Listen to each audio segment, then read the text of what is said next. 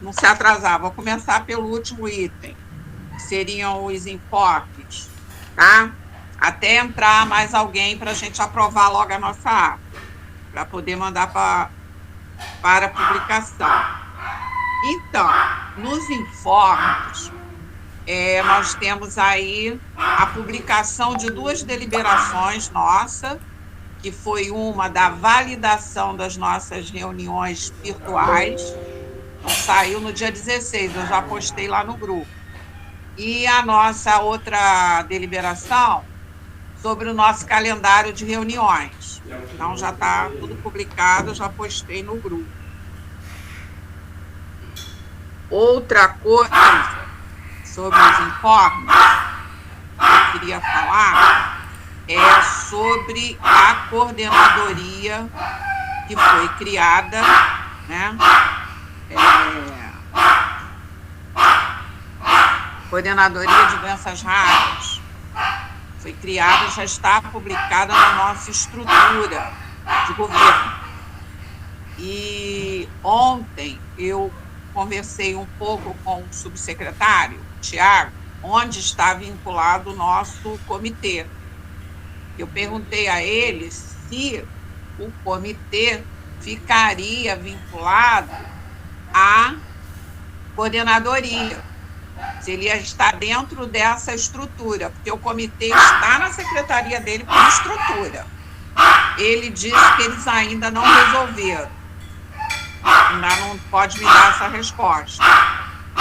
Eu creio que vai ficar, porque tem tudo a ver o comitê ficar na coordenadoria. Até porque eu estou com o comitê na minha estrutura de conselhos e estou utilizando os números de processo SEI da minha estrutura, porque o comitê não tem essa estrutura de utilizar, como os conselhos têm. Os conselhos têm essa autonomia, o comitê não.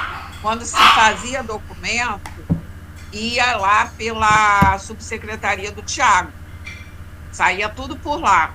Como ele deixou o comitê comigo, mandou entregar, inclusive, todos os documentos, está tudo com a gente, eu tentei pedir para que a gente fizesse uma estrutura para o comitê, mas eu não pude, não podia. Então, a gente é uma coisa que precisa ser resolvida, aonde o comitê realmente vai ficar instalado, né?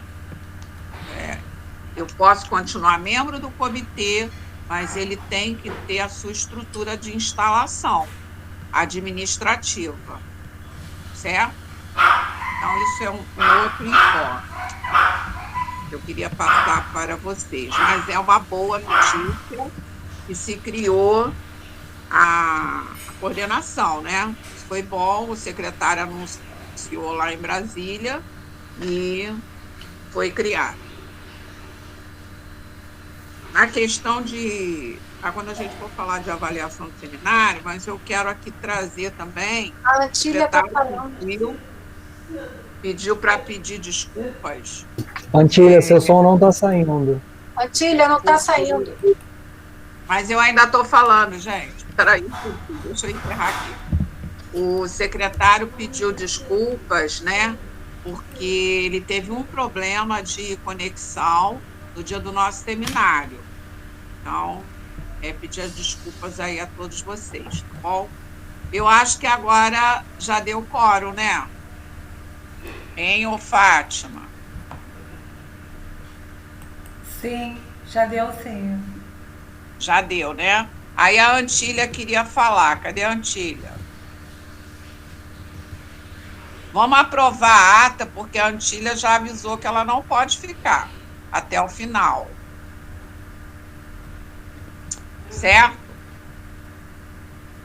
Todos vocês concordam, leram a ata, ficou de acordo com o que vocês queriam. A Fátima está nos ajudando. Podemos aprovar a ata. Eu gostaria que você colocasse no chat. Cristina, aprovado. Cristina, quem fez a ata foi a Aglaé. Eu só fiz o extrato dela. Eu só fiz o Tá. extrato da Então, ata. agradecendo a vocês. Tá certo. Tá bom? Então, olha só, gente. Por mim está aprovado. Agora, era bom vocês escreverem. A Raíssa está presente.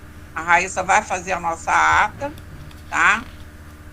E é isso aí. Aprovada a nossa ata?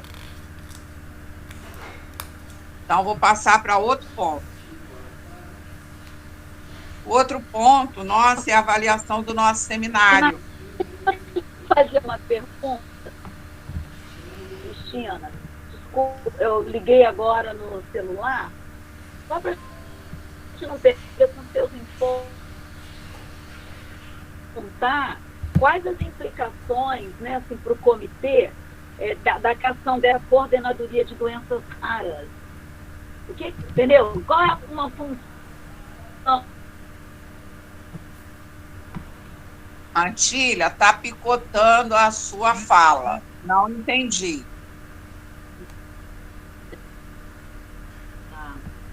Vou escrever, então, a minha pergunta.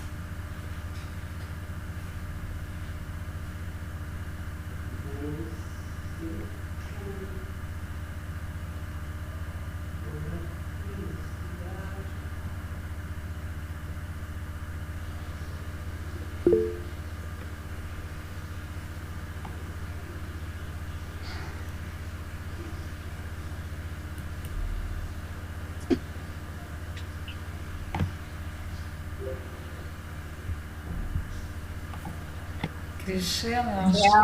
Eu li lá, olha só.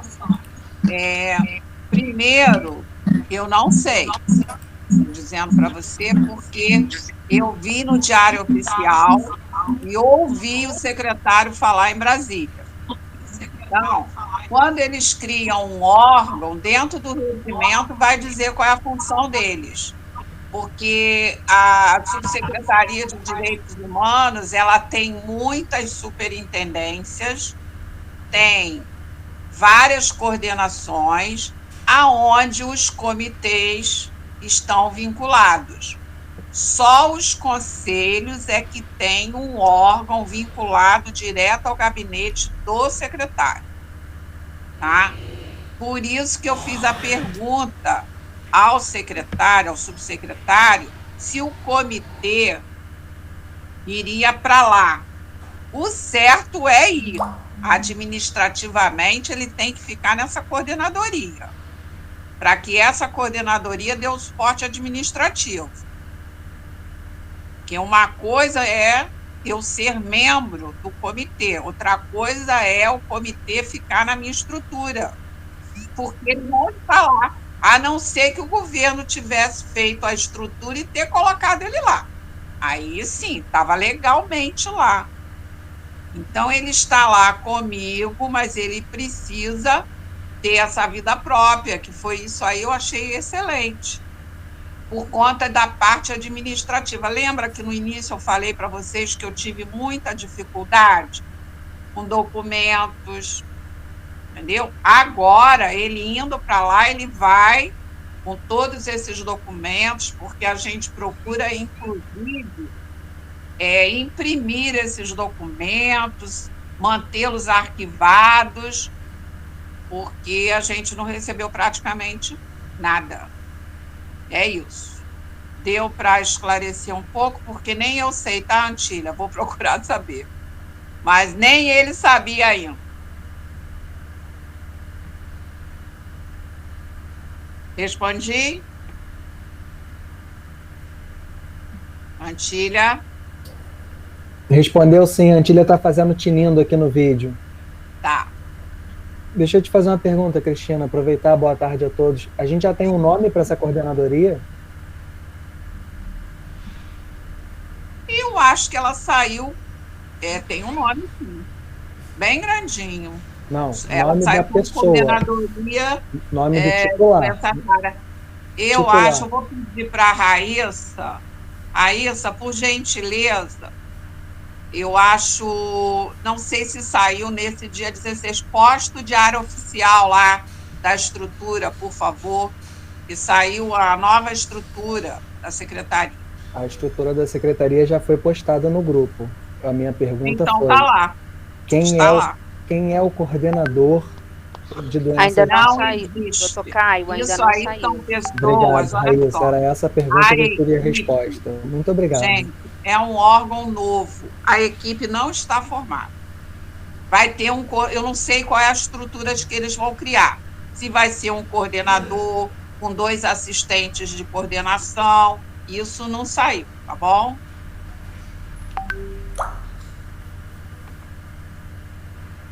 Então, continuando aí, agora nós é a avaliação do seminário.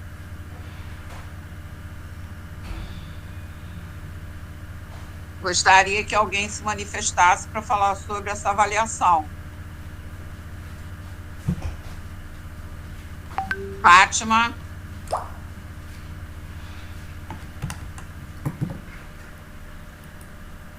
Eu gostaria de ouvir, né, outras pessoas, porque como eu era uma da organizadora, né, fica difícil eu me colocar. Eu gostaria de ouvir alguém que participou, o que assistiu, o que achou. Pelo número de pessoas que assistiram, né, eu tenho acompanhado, foi muito bom.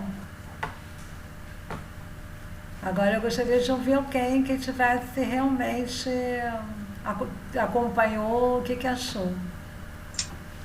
Você quer falar, ou Aglaé?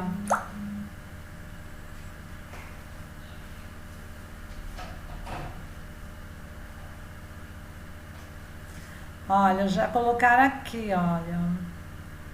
Foi a Adriana Santiago, nossa convidada. Ela falou que assistiu, que foi excelente, alto nível das palestras.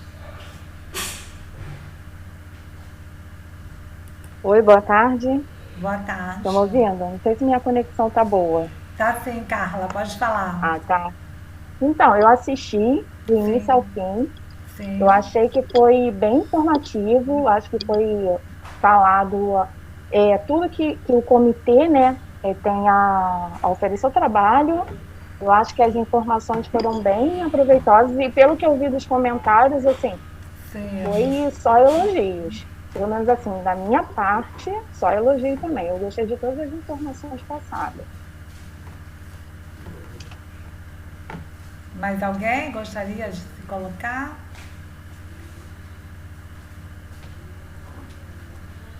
Eu também gostaria de falar. Eu concordo com a Carla também, e as pessoas que assistiram, né?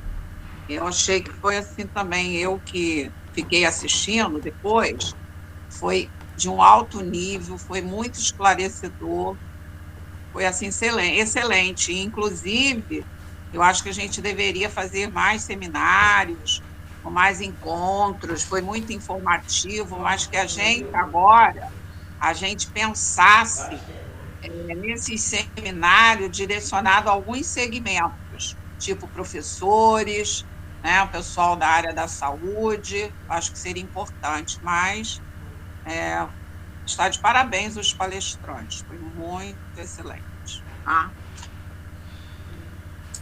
Deixa eu ver aqui. Oi, Fátima. Oi, pessoal.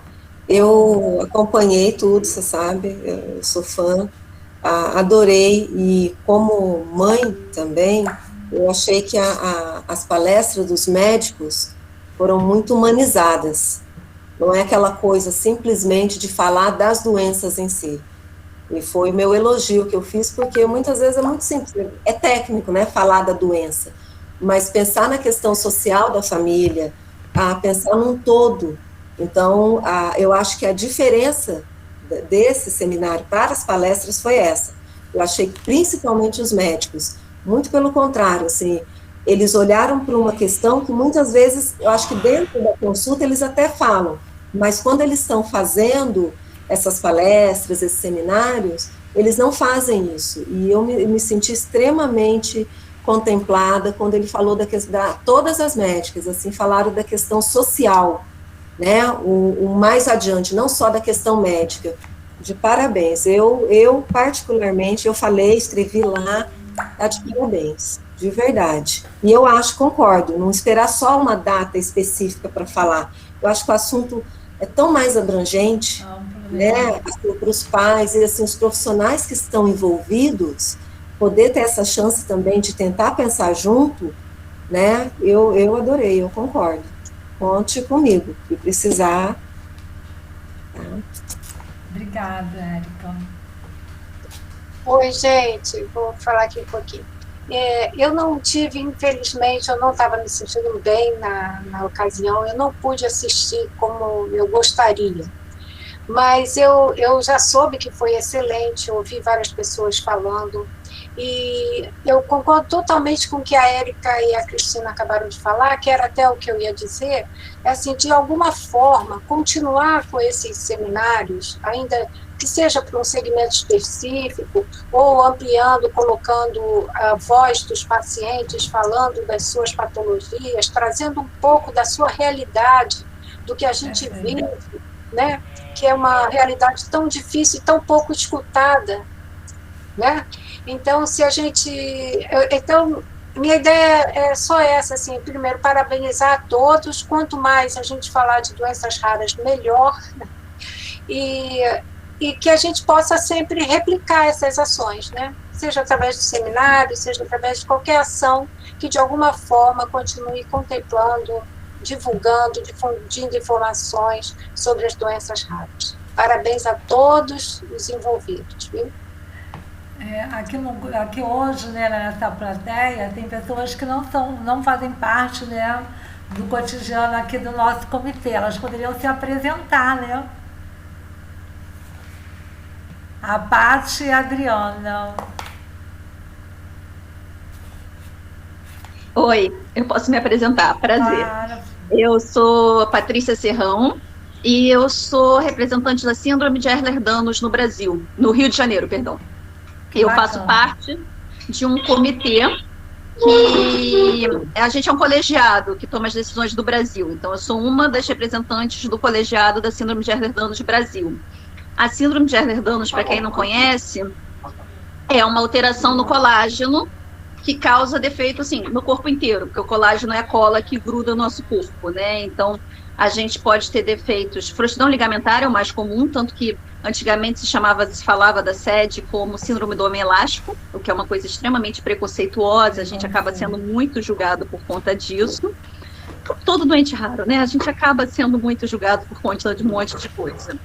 E a SED também pode dar problemas cardíacos, pode dar problema no corpo inteiro, em qualquer parte. Eu não sei se vocês viram no Fantástico, um tempo atrás, uma menina que estava 2 anos sem comer, que não podia comer porque o sistema dela digestivo parou. A doença rara que ela tem é SED. Então, assim, a gente pode afetar qualquer parte, qualquer coisa que tenha colágeno afeta a gente. E eu sou representante da SED no Rio. Prazer para vocês. Eu acabei de entrar no grupo da Aliança Rara também. Eu estou começando agora ainda, não conheço todo mundo. Mas pretendo conhecer. Seja bem-vinda ao grupo. Obrigada. Olá, pessoal, boa tarde. Boa tarde. Eu sou Adriana Santiago, da ABA, Associação Brasileira Addisoniana. A gente representa a doença de Addison, que é conhecida como a insuficiência adrenal primária, a insuficiência adrenal secundária e terciária e a hiperplasia adrenal congênita. Somos a nível Brasil, né? A nossa sede é em São Paulo, mas eu sou vice-presidente e sou daqui do Rio de Janeiro. Obrigada aí pelo apoio aí da ARA. Seja bem-vinda também. Que bom.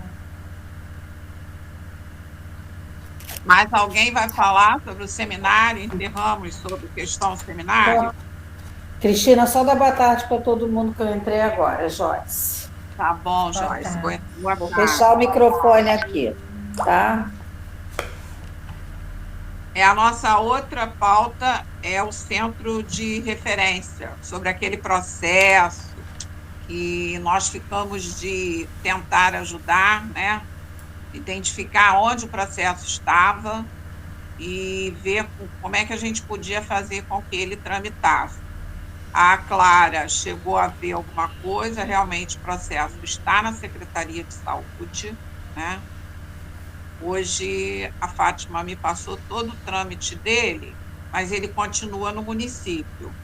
E ontem eu conversei com o meu subsecretário, o Tiago, e ele disse que é para que eu veja realmente o número do processo e passe que ele também vai entrar no circuito junto com o secretário para ajudar. Então, a gente vai tentar pedir ajuda de tudo quanto é jeito para ver se esse processo ande com agilidade, né? Isso aí é uma notícia que a gente vai dar. O comitê vai se envolver, porque, assim, nós somos membros do comitê, mas seja A ou B e for pedir ajuda, é o comitê que está fazendo. Porque se eu não estivesse no comitê, eu não ia saber do processo, né? E eu vi que esse documento foi assinado na época pelo doutor Luizinho, quando ele era secretário de saúde, né? Assim, eu tenho um acesso bom ao doutor Luizinho. Se ele puder nos ajudar, hoje ele é deputado federal, né?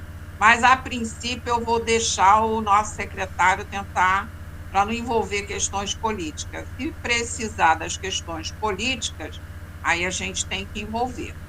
Mas, a princípio, eu vou passar para o Tiago, e o Tiago vai tentar ver o que está acontecendo, por que parou, por que está parado, quando é que vem para o Rio, para a Secretaria de Estado de Saúde, até porque tem que se entender como é que é o formato desse centro de referência, se ele é tripartite, se vai ser governo federal, estadual e municipal, eu não sei nada disso, tá? Eu estou aqui falando, eu não conheço o processo, eu só sei que é o centro de referência e que foi por verba de emenda parlamentar.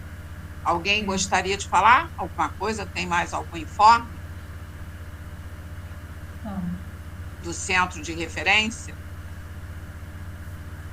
Antes da reunião, também tentei falar com a doutora Sara, mas ela podia estar em consulta, mas eu vou voltar à noite tentar falar com ela, para conversar mais, porque ela está mais, tem mais conhecimento, né, em relação ao processo. A próxima pauta nossa é sobre a resposta do ofício da ministra, né? Foi feito no dia 21/12 de dezembro, foi encaminhado e o comitê já foi empossado, né, o nacional, e a gente não obteve resposta, não chegou nada. Alguém tem alguma coisa para comentar sobre esse ofício? Eu coloquei no grupo, Cristina, não sei se está na ata de reunião, sobre a resposta do ofício que a gente pediu a prioridade de vacinação dos pacientes com doenças raras, se a gente tem resposta desse ofício. Eu vou chegar. Eu até achei ali, falei, deve estar se referindo, porque nós fizemos 2 ofícios, fizemos um para a ministra e fizemos um da questão da vacina. Então, nós vamos entrar agora no tema vacina. No tema vacina, a gente vai falar. Eu não sei se tem alguém da saúde hoje aí, porque eu não estou muito apropriada dessa questão da vacina. Por acaso, eu acabei me envolvendo mais no grupo de vacinação dos indígenas. Eu gostaria, se a Fátima está mais por dentro, ou se não tiver ninguém na saúde, Fátima, eu gostaria que fosse explanado sobre essa questão, porque, a princípio, no primeiro momento, tinha dito que a gente teria que seguir as normas do governo federal, isso nós falamos em reunião, mas eu acho que depois houve mudanças, não é isso? Então, quem poderia falar? Eu queria colocar uma coisa, Cristina, Joyce. Eu não abri a câmera, né? Desculpe. Não abri agora. Não, tá bem. Acho que abri, né? É o seguinte, eu tenho dúvidas, porque, na verdade, entrou a Fátima, eu até a Fátima já conversamos um pouco, aquela coisa de deficiência permanente e tal. Mas aquilo, para mim, na minha opinião pessoal, se eu fosse médico, eu estivesse num posto, médico ou enfermeira, estivesse num lugar, tivesse que avaliar se aquele paciente determinado se tinha indicação de tomar vacina, dependendo do paciente, eu ia dizer que não, por falta de conhecimento ou o que fosse. Eu acho que do jeito que foi feito, não contempla todo mundo pelo federal, entendeu? Por esse conceito de deficiência permanente.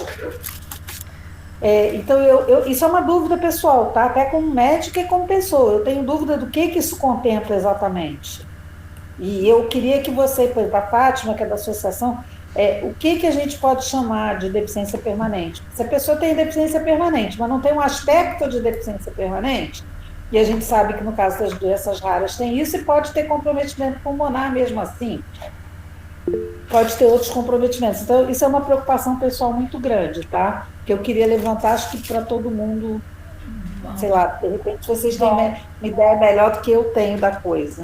Então, o que a doutora Joyce está comentando, perguntando, é sobre uma portaria do Rio de Janeiro, do município do Rio de Janeiro, que Eduardo Paz, lá junto lá com a equipe dele, disse que a partir do dia 26 de abril, as pessoas com deficiência, né, não diz qual é o tipo de deficiência, vai começar a tomar a vacina.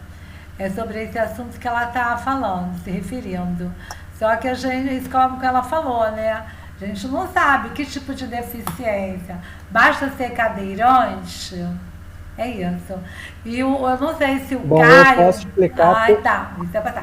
Não sei se o Caio pode explicar, porque ele está mais... Eu só faço isso nos últimos 4 meses da minha vida, que é cuidar de qualidade de vacina. Não é nada. A gente pode imaginar. Então, eu sei. Eu nem durmo mais. Eu hoje, inclusive, vou fazer uma live sobre vacinação prioritária para pacientes com doenças raras. Olha só, o que foi... Manda o link depois para a gente divulgar. Eu não sei qual é o link, eu tenho a imagem só. Deixa eu até achar, eu não sei nem onde eu salvei isso. Eu vou mandar. Deixa eu pensei que eu que fizesse essas coisas, você não. Já tá lá. Eu acho que vai ser no Instagram, sim. Eu fiz uma audiência pública ontem na Câmara dos Deputados sobre isso. Eu hoje vou fazer sobre... eu vou mandar... Eu não sei onde eu mando. Eu mando para você, Fátima? Já botei no Ará. Já coloquei lá. Já botou? Beleza. Já. Eu peguei naquele grupo de vacinas, manifestação das vacinas. Só tem eu e você do Rio de Janeiro. Beleza. Vamos lá, deixa eu explicar para vocês então. Qual é o problema? Essa dúvida que a Joyce traz era uma dúvida que a gente tinha no início, lá quando o plano... Desculpa, lá quando o plano foi lançado em dezembro. E por quê? Deficiência permanente severa. Isso é um problema muito grande, porque quem é deficiente permanente severo, né? Você tem uma nomenclatura que não há previsibilidade na lei e nenhuma nota técnica sobre isso. E aí a gente fez uma luta junto ao Ministério da Saúde, junto ao Tribunal Federal, para que a gente pudesse, de certa forma, tirar essa nomenclatura. E aí a nomenclatura depois, agora na 5ª edição, depois de muita luta, a pessoa com deficiência, ela está na prioridade, e além dela estar na prioridade, ela não precisa mais ter uma deficiência permanente severa. Basta que ela seja considerada pessoa com deficiência permanente. E aí, nesse escopo, onde você tem no mesmo grupo prioritário 29 grupos dentro da fase 3, onde você tem comorbidades, pessoas com deficiência, síndrome de Down e tantas outras questões, qual é a forma de comprovação? A forma de comprovação que a gente negociou, e aí tem que negociar município a município, estado a estado, que a OAB, MP e a Defensoria conversaram com a Secretaria Municipal de Saúde, foi a apresentação de um cartão, aquele cartão do Rio Card, cartão Rio Card especial, ou algum laudo médico que comprove que aquela pessoa tem uma deficiência permanente. Não, seu áudio não está desativado, enquanto você fala, a gente escuta. O Caio. Desculpa, eu não estou achando. Caio, agora foi. Caio, também, quem tem a carteira de identidade do Detran como deficiente. Identidade do Detran, carteira de motorista, carteira do Detran. O laudo do Detran. O laudo do Detran. O laudo. Também é válido. Também é válido. O meu laudo de deficiência permanente, síndrome de Ehlers-Danlos. Perfeito. Qualquer laudo médico que comprove que a pessoa tem deficiência permanente já vale para vacinação. Tá, então o laudo do Detran... Pode falar, desculpa. Não, laudo médico vale ou só laudo médico oficial? Tipo, laudo médico, laudo do Detran, cartão especial do Rio Card, cartão do Vale Social, carteirinha do Detran de pessoa com deficiência. Pode falar, Joyce. Então, se eu fizer uma declaração para um paciente de OI que não tem uma deficiência absurda, ela vai valer? Dizendo só que ele é portador de osteogênese imperfeita? Diz que é esse o problema. Então, você vai dizer qual é a deficiência que essa pessoa tem. Exemplo, deficiência física permanente. Por exemplo, estou te dando um exemplo, tá? Já comprova como deficiente permanente. Como pessoa com deficiência permanente. Tá, então eu vou ter que, em cada doença, ver o que pode ser considerado. Porque é complicado isso. Ou você coloca, por exemplo, osteogênese imperfeita. Eu não conheço a doença rara como um todo, mas vamos dar um exemplo. Os pacientes com osteogênese imperfeita têm questões pulmonares severas. Então, você coloca... O paciente em questão tem uma deficiência grave comprovada por uma questão pulmonar que faz com que ele tal, entendeu? Então vai ter que ser sempre caso a caso, dependendo do tipo de problema que a pessoa tem, né? E tentar... Você vai fazer um laudo modelão dizendo que aquela pessoa se enquadra nas comorbidades. Pois mas desculpa, para orientar o paciente de Ehlers-Danlos também, ele precisa pedir, então, para o médico dele um laudo que escreva que ele tem uma deficiência permanente ou um laudo que ele é comorbidade de Covid? O que a gente tem que pedir? O que a gente precisa ter?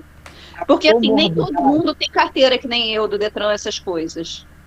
Vamos lá. A comorbidade para o Detran não é comorbidade para o Covid. A comorbidade, na verdade, é alguém que já tem uma doença pré-existente, que já tem alguma situação de saúde pré-existente, que, de certa forma, a garante no grupo prioritário. Por quê? Porque caso ela venha contrair Covid, ela terá pouca chance de sobrevivência. É o nosso caso. O risco de óbito é muito maior. Esse laudo já caracteriza a pessoa com comorbidade. Agora, caso essa pessoa tenha uma doença visual, uma deficiência visual, auditiva, física, sensorial, mental, intelectual, qualquer uma dessas, pode colocar no laudo também, que facilita. Na hora, porque quando o profissional do posto de saúde ele for receber a pessoa com deficiência ou com comorbidade, ele não vai fazer uma análise do laudo para saber se o laudo é verdadeiro, se o laudo é falso, quem deu o laudo. Não, ele vai olhar o laudo. Ele vai procurar palavras-chave. Deficiência, comorbidade. Tem? Ok. Não tem? Aí ele vai pedir explicação. Entendeu? Até porque tem essa questão de nem toda comorbidade ser deficiência, né? Significado de deficiência, né? E nem toda deficiência gera para a pessoa um risco para a Covid e uma comorbidade, exato. Aí a condição, né, da vulnerabilidade da De pessoa cada um. com deficiência, né, Exato. da deficiência em caráter permanente. Né? Exatamente, é isso aí. Entendeu, Joyce?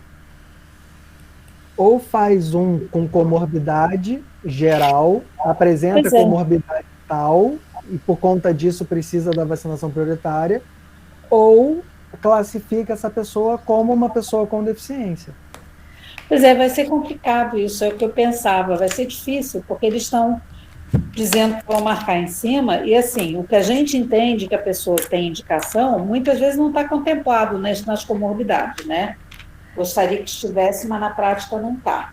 Sim. Não é um pouco complicado mesmo. Joyce, algumas pessoas com estrogênios têm problema de coluna. Né? É, mas essas são fáceis. Então. Esses são os mais óbvios, se pedirem o laudo, eu acho que não vai ter problema. Entendi. Essa rara tem a deformidade e tem a deformidade óssea importante e vão ter comprometimento pulmonar, capacidade e tudo. Esses eu não tenho muita preocupação. Minha preocupação são os intermediários mesmo. Eu estou no grupo no intermediário aí, porque a gente, se olha para um sediano, é uma pessoa normal, né? Você não vê, a gente é uma doença rara invisível, você não identifica, o colágeno é dentro, e o problema é colagenopatia. Se a gente pega, a gente tem um risco de ter colagenopatia caso tenha uma infecção pulmonar. O risco de um sediano ter, é um estudo italiano, o risco de um sediano pegar uma pneumonia de Covid é pior, tem mais chance de morte do que de uma pessoa sem sede. E aí, como é que você fala isso? Você prova isso? Um estudo italiano que a gente tem que... Desculpa, gente, eu tenho um bebezinho aqui. Não, tranquilo. No laudo, nesse caso, no laudo teria que constar isso, entendeu? E é complicado, porque dependendo de quem estiver na unidade, eu não sei se vai entender o que a gente escreve. A pessoa tem a síndrome tal, que cursa com comprometimento pulmonar, por isso que aumenta muito o risco de doença muito grave e de morte. Aí tem que ser um laudo muito efetivo, por isso que os laudos vão ter que ser muito específicos. Que fofo esse menino! É, meu filhote está se metendo ali. Ele é uma gracinha. Mas a ideia, Joyce... São duas questões. Assim, uma, quando fala em deficiência, como realmente a Joyce estava salientando, em alguns aspectos, algumas situações não há problema, é muito evidente a deficiência, né? E como é um caso como o dela, por exemplo, eu acho que é mais comorbidade, né? E aí tem que ter um laudo um laudo muito bem feito. Né, com CID, e destacando a vulnerabilidade, né? Eu acho que é isso. Sim. É isso mesmo. O mais importante é deixar claro no laudo qual é a deficiência ou a comorbidade da pessoa, porque eles vão procurar palavras-chave. Eles não vão fazer uma minúcia nem uma análise, não vai ser feita uma análise clínica da pessoa, vai ser uma análise documental. Chegou com cartão, chegou com documento, chegou com laudo, eles vão vacinar. E isso foi uma conversa que a gente teve com a subsecretaria do município do Rio, a Ana Lúcia, eu acho, Lúcia alguma coisa, Ana alguma coisa, sei lá como é que ela chama, que foi exatamente isso. Porque se for fazer uma análise, vai aglomerar, porque vai ter que fazer uma análise de muita gente. E aí vai aglomerar muita gente. Eu acho isso preocupante, porque vai depender de quem é o responsável pela unidade. Porque, assim, de repente o técnico que estiver lá vai ler, vai entender que é uma coisa grave, ou porque trabalha, por exemplo, um técnico que trabalha aqui no Fernandes Figueira, ele vai saber que essas doenças existem e que elas têm indicação. Mas se for um técnico que não conhece, ele vai ter que passar para o enfermeiro, para o médico, para quem for o responsável do posto de vacinação. E por incrível que pareça, isso pode ser complicado, porque podem questionar o laudo, né? Não, e aí no caso de dúvida, a pessoa ela vai fazer uma autodeclaração, a gente também tem essa saída da autodeclaração, e qualquer coisa essa pessoa responde criminalmente, tanto ela quanto a pessoa que laudou de forma equivocada, eventualmente, por uma falsidade documental. Então, para ter segurança no posto e para ter segurança para a pessoa, está todo mundo já meio que entendido nessa questão. Chega com laudo, chega com documento, não entendeu, faz uma autodeclaração, não concordou, e aí leva para discussão de falsidade documental. Espero ter respondido. Acho que me deixou mais... Eu tenho uma dúvida, Caio. No Pode caso, falar, Adriana. no caso das doenças invisíveis, no caso da doença de Addison. A doença de Addison, botando assim bem simples, a pessoa, a gente não fabrica o cortisol. O cortisol é o único hormônio que você não pode viver sem. E aí acontece uma dor de garganta para você, é uma dor de garganta normal. No caso da minha filha, uma dor de garganta, eu tenho que dobrar, triplicar o remédio dela, que é o corticoide. Pode ser que venham os vômitos e ela não consegue ficar com esse remédio. Então, ela entra numa crise adrenal, por uma simples dor de garganta. Qualquer infecção, qualquer estresse no organismo. Tá. Uma crise adrenal, ela pode ser fatal. E aí, só que é o mesmo caso da Patrícia. Casca normal, não tem nenhuma deficiência aparente, né? É dentro. Aí a minha dúvida é, a gente como associação, nós mandamos um ofício para várias secretarias de saúde, e a única que aceitou foi o Rio de Janeiro, embora em todas as propagandas deles não entra insuficiência adrenal, mas a gente tem a carta dizendo que estava sendo contemplado, tá? Agora, a minha dúvida é o seguinte, a gente não tem que seguir as comunidades naquele do SUS que foi colocado lá, imunossuprimido, anemia falciforme, não sei o quê? No próprio Plano Nacional de Vacinação, você tem essa lista, essa listinha de quem é considerado como comorbidade. Pois é que teoricamente, Caio, como é que é seu nome mesmo, que eu esqueci? Adriana. Adriana, acho que a gente até já se falou, né, Adriana, mais de uma vez, acho que eu tenho até um telefone de vocês, não sei se é o seu. O problema da insuficiência suprarrenal é porque não é uma coisa muito visível, óbvio, e o problema é que, assim, você, teoricamente, você está repondo um hormônio que não tem. Então, em tese, você está mantendo a pessoa fisiologicamente bem, igual quem toma remédio de tireoide fica bem quando não tem a tireoide. O problema na insuficiência suprarrenal, do meu ponto de vista pessoal, é que nem sempre você consegue manter essa dose tão fisiológica, assim, tão ideal, é difícil de manter, embora, teoricamente, você pode dar de 5 a 7,5 para um adulto de prednisona, ou 0,5 a 0,75 de dexa, mas isso é muito tênue, né? Não é sempre assim. E segundo, cada vez que você tem que usar uma dose maior, ou que você, sem querer, está deixando a dose um pouco maior porque você não consegue acertar e não tem muito como avaliar isso, a gente avalia a médio prazo. Se a pessoa está usando uma dose muito alta, ela vai ter o aspecto do excesso de corticoide, mas isso não é imediato. Então, assim, a minha preocupação é que, será que poderia, mas aí teria que conversar com o pessoal que faz hipótese, que faz essa área mais do que eu, se poderia entrar como imunossuprimido, porque se eu tomo corticoide cronicamente, eu poderia me considerar, será que eu poderia considerar entrar no grupo dos imunossuprimidos? Porque pela insuficiência suprarrenal, isso é uma coisa que, assim, mas eu acho que vocês têm que conversar com quem faz isso. Mas a gente pensou nisso dos imunossuprimidos, só que a dose que a gente toma fisiológica não entra como dose de imunossuprimido. Não, mas é que você... Pois é, esse é o problema. A dose que a gente trata não é imunossupressão, ela não faz imunossupressão. Teoricamente, é uma dose que é adequada ao corpo da gente, de cada paciente. Só que, na prática, a gente sabe que nem sempre eu consigo manter essa dose, mas eu também não posso dizer, num laudo, que a pessoa toma uma dose que é de imunossupressão. Não pode ser que você toma 20 miligramas por dia 1 ano. Né? Isso não existe. Quer dizer, até existem pacientes que tomam por doença reumatológica, por outras coisas. Eu não posso escrever isso. Então, é uma coisa complicada, porque, assim, eu não tinha visto como é que era a caracterização da imunossupressão, né? Se está caracterizado isso ou não. Porque se isso estiver escrito no documento que o funcionário vai consultar, se o funcionário resolver consultar o documento, vai ver que você não se encaixa. Né? Porque ninguém vai mentir sobre as doses, etc. Então, minha preocupação são esse tipo de situação. Que acho que teria indicação, mas eu já vi até uma discussão num grupo de endócrino aqui do Rio, tá uma coisa meio confusa. Sobre essa questão da imunossupressão, rapidamente, a Sociedade Brasileira de Reumatologia, ela saiu com um documento caracterizando a imunossupressão, até com doses e tal, para pacientes reumáticos, né? Então, quanto a essa questão, eu sei porque eu tenho uma doença reumática, né? Então, a sociedade, é bom até dar uma olhadinha, porque tem uma base de dosagem para você considerar esse paciente imunossuprimido e até em risco de usar a vacina ou não. Porque em alguns casos, dependendo da dose, né, que você contraindicado. Pois isso é uma coisa que eu acho que vai ser difícil no caso do Adson conseguir, né? Se a pessoa não for diabética, se não tiver uma outra coisa, talvez seja difícil da gente conseguir agregar isso, eu não sei. Tá, Caio? Você entendeu o que das minhas preocupações, né? Até que tem mais risco para a Covid, a gente tem trabalho sobre isso.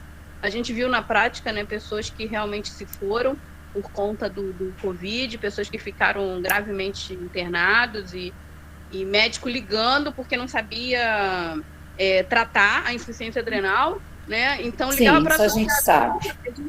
Mas vocês têm tido contato?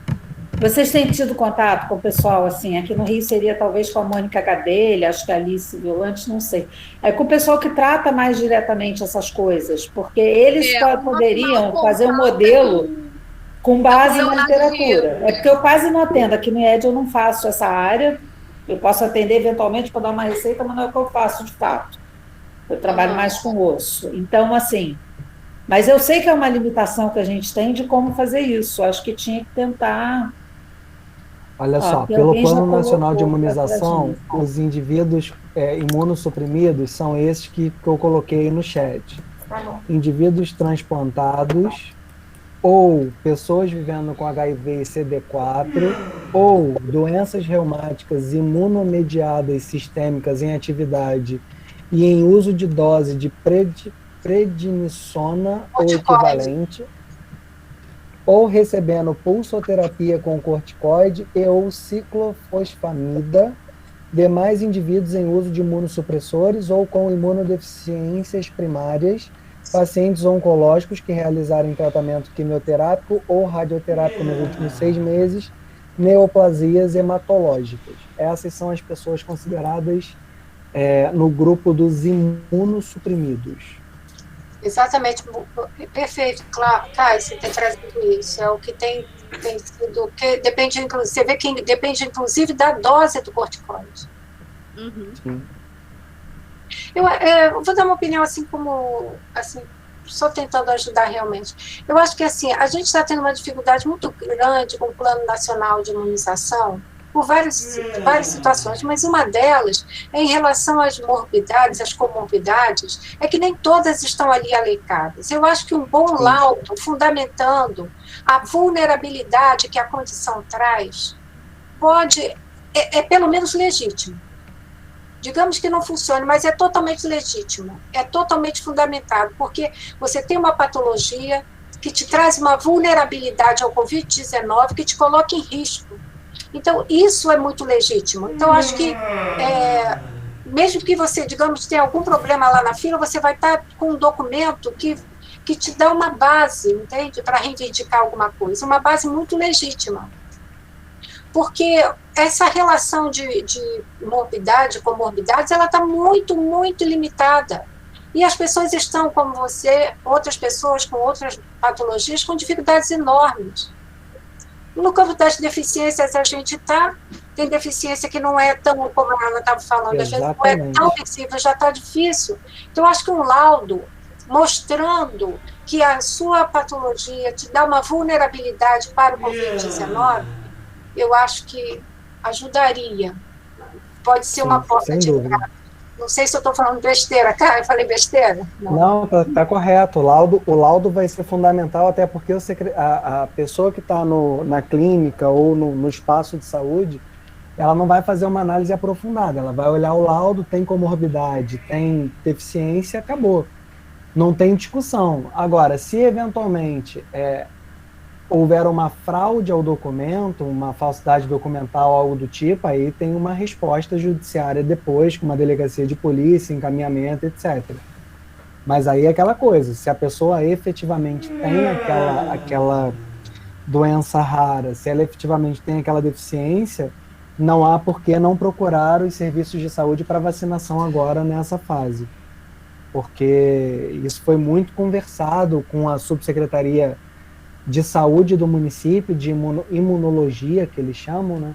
E a subsecretaria estadual também. Nós conversamos com os dois órgãos para que não fosse criado empecilho para vacinação, nem da pessoa com deficiência, nem da pessoa com autismo, nem da pessoa com doenças raras. Os 3 grupos a gente buscou atender da melhor forma possível. Não, o problema é que não fica muito claro isso quando a gente vai olhar as listas das comorbidades e das doenças. É difícil, nem todo paciente vai ser encaixado. A gente sabe que ele está encaixado.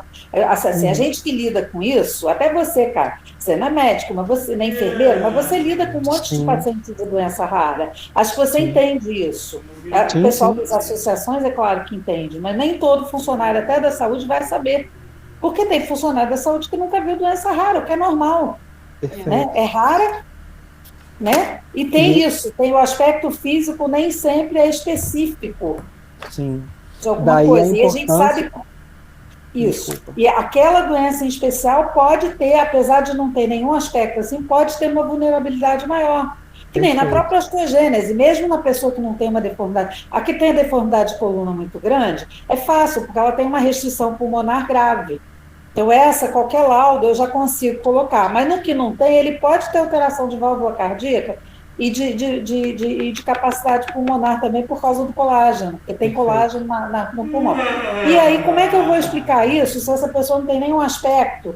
E eu não tenho uma prova de capacidade respiratória recente, porque eu não vou ter isso, até porque a gente não faz isso toda hora. Isso foi uma negociação também que a gente fez, de não se exigir laudo recente igual eles fazem. O laudo tem que ter menos de 1 ano. Não, pode ser laudo de antes da pandemia, até porque não tem como não ser. Porque muita gente não está nem vindo. Eu mesma recomendo paciente meu, dependendo do que não venha à consulta, porque se tem uma com doença rara que está grávida, que é vir de ônibus de uma cidade de Minas. Você não vem. Se viesse no carro particular, eu até veria, mas de ônibus ou de van da prefeitura, eu não posso deixar ela vir. O risco é maior, eu estou resolvendo com o telefone. Uma coisa que me chamou a atenção agora, tem muitas pessoas com baixa estatura. Essa baixa estatura vai entrar como deficiência? É deficiência física. Se for classificado como nanismo, deficiência física. Aí tem que estar com laudo, eles vão olhar, é pequenininho e vão... Acho que vão ter que estar com laudo. Então, aí deficiência física é outra coisa assim. Baixa estatura é um negócio muito complexo e muito amplo, né, gente? Deficiência isolada de GH, por exemplo, por si só, a pessoa que estiver tratando, mesmo que ela não chegue na altura final adequada, que ela tenha tratado tarde ou não tenha tratado, ela vai ser pequenininha, mas de modo geral vai ter uma configuração física normal. Isso foi só deficiência de hormônio de crescimento. Então, será que justifica que essa pessoa tome vacina e uma outra que pode ter um negócio que não apareça, tem uma altura normal, mas pode ter uma vulnerabilidade muito maior? Isso é difícil. É difícil. Né? Mas foi feito para fazer difícil mesmo, porque na primeira lista não tinha nem pessoa com deficiência na lista. Então, a coisa está sendo montada à medida que a gente vai pressionando. No governo do estado do Rio, até hoje, não tem pessoa com deficiência no plano estadual de vacinação. Então, é o que a gente tem para esse período. Hoje, gente, eu estive no posto de saúde, um amigo meu viu aquela fila e falou, não, vamos ver se você toma vacina, né? Eu falei, não, ainda não está na minha época. Não, vou perguntar. Ninguém no posto, estão falando de profissionais de saúde, sabia dar uma informação sobre pessoa com deficiência, gente. Mas claro que não sabe. Não, mas não sabia, assim, o calendário é uma coisa bem prática, assim. É porque ainda não chegou a informação. Não chega a informação na ponta, só chega na hora da imunização. Também fui perguntar, não sabe. Não tem nada ainda. Nada. Eu perguntei ontem, não tem nada. Dias. É isso. Bom, espero ter ajudado. Não, pois a situação é bem complexa para essas coisas, não só para essas, para tudo, né? Para tudo. Até porque se a gente conseguir, assim, a Fiocruz parece que recebeu o material que vai conseguir aumentar a produção para uma produção bem legal, já resolveu o problema do aparelho que estava quebrado, eu não sei como é que está tentando. Se a gente não tiver vacina em grande quantidade, a gente vai continuar atravessando. Até porque, assim, a gente anda na rua, anda no hospital, eu vejo funcionário. Dentro do hospital, hoje eu vi um bombeiro que fica, eles têm um grupo do SAMU, coisa assim, que fica aqui no hospital. O cara estava saindo do hospital, entrando sem máscara. Então, assim, se a gente não tiver vacina e cuidado, e não tem multa, você anda na rua, ninguém vai te pegar e te obrigar a botar máscara, até porque eu vejo um monte de gente da polícia conversando sem máscara.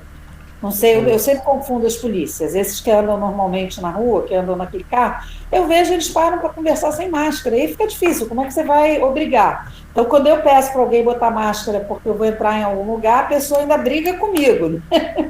Ainda é grosseira comigo. Mas assim, é complicado. E o povo não tem educação também, né? Não, sim, tem a questão da educação, tem a questão, a pessoa não pode escolher, é uma norma. Só que a gente não tem a atuação da vigilância, que eu não sei se é como é que chama a ordem pública que teria que fazer isso? Essa vigilância, essa coisa de máscara? Acho que não sei quem teria que cuidar disso. Mas teria, porque existe uma multa, só que não é aplicada. Não é para aplicar na praia de vez em quando, é para ter isso na rua todo dia, pegar o CPF, o documento da pessoa e aplicar. Não, você vai ter que pagar, se não pagar, vai ficar devendo para o governo. Porque isso é uma coisa para conscientizar. Se não conscientiza por bem, conscientiza pelo dinheiro. Só conscientiza com dor no bolso, não adianta. E a gente não tem isso. Então, só muita vacina e muito cuidado vão conseguir que a gente encurte esse ciclo. Sim. Se a vacina não acelerar nesse ritmo de unidade por dia, infelizmente está indo pelo menos, né? Mas está muito difícil. Eu queria fazer um registro, né, da carreata que teve sábado, das associações. Foi muito emocionante. Foi muito bacana. Legal. E aconteceu nesse sábado, lá na Zona Sul. Eu não tinha carro para ir, não tinha nada. Por isso que eu não fui. Nem sempre dá para a gente ir as coisas, né? Eu não tenho carro, não tenho quem vá para mim. Ficou difícil. Não, tem coisa que é difícil mesmo. Não tem, a gente não tem. A gente vive num período... eu quero. Tá bom. Acho que a vacina já foi bem esclarecida, né? Cristina, querer você. Qualquer coisa eu estou à disposição, pessoal. Estou aqui. Vou tentar ver se a gente consegue acabar, porque surgiu um probleminha aqui para mim, mas qualquer coisa a Fátima continua e a Raíssa também está aí, mas vou tentar me agilizar aqui, acho que só falta... Está no final já. Os informes eu acabei dando no início, não foi, gente? Mas foram poucos, foram mais sobre a coordenadoria, que a gente falou, e outras coisas aí. Então, agora, aqui o nosso agora é processo eleitoral. Então, processo eleitoral, a gente já formou uma comissão. A gente está dependendo também de publicar o decreto do governo, mas eu já gostaria de, na próxima semana, a gente está vendo aí um dia de reunião com essa comissão. Mas eu ainda tenho que ver minha agenda para a gente poder marcar a reunião com a comissão. Tá? Para a gente já começar a trabalhar o processo eleitoral. Nesse meio tempo, eu creio que sai essa publicação do pessoal do governo, porque o governo só tem 4 pessoas. Tá? Nós faltamos aí 8 secretarias. E o suplente da Marluce, mas eu deixei, inclusive nem fiz essa substituição do suplente, não sei, acho que não foi no decreto. Mas, na realidade, nós estamos com deficiência de 4 secretarias. Então, na semana que vem, eu já vou ver uma data, né, para a gente marcar a reunião da comissão. E, nesse meio tempo, que eu pedi para a Raíssa ver, eu acho que o decreto, pela última vez que eu tive informação, já estava na Casa Civil. Então, na Casa Civil, quando chega na Casa Civil, já é o governador assinando, aí... o pessoal não tem muito como ficar articulando, porque chegou lá, depende do pessoal colocar para o governador assinar. Isso, até que agora nós estamos tendo mais agilidade nas publicações, eu creio que isso aí deve sair por esses dias aí, tá bom? Então é isso, e a gente marca a reunião da nossa comissão eleitoral. Raíssa, gostaria de colocar alguma coisa?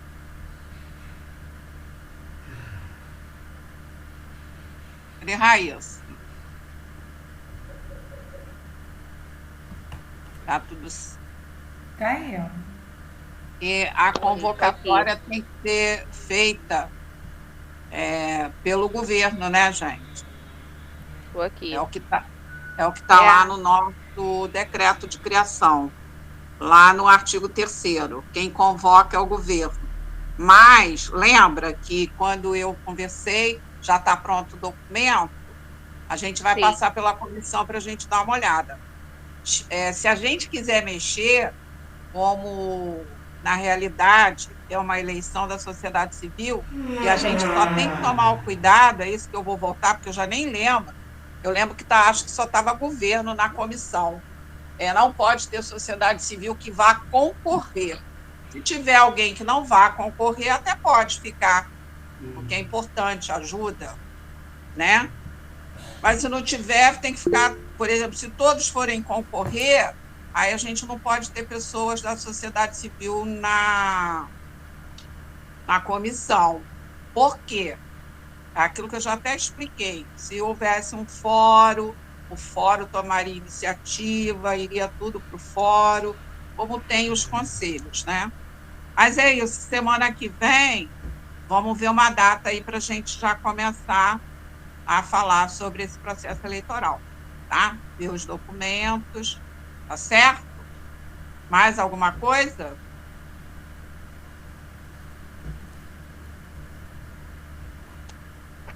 Tudo certinho, então?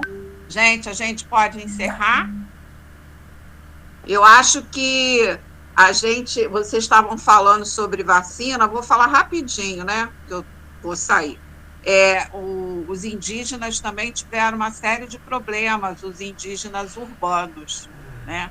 Mas eles conseguiram, com o apoio de uma médica que faz parte do conselho, fizeram um levantamento de quais eram os indígenas urbanos, não sei se atingiu a todos, e eles conseguiram se vacinar, já estão vacinados, né? Eles conseguiram evoluir. Tá bom, gente? Então, a nossa próxima reunião, mês que vem, o nosso calendário já saiu, e marcar aí a nossa reunião da comissão, tá bom? Uma boa tarde para todos. Tchau, gente. Tchau, boa tarde. Alguém vai querer falar alguma coisa?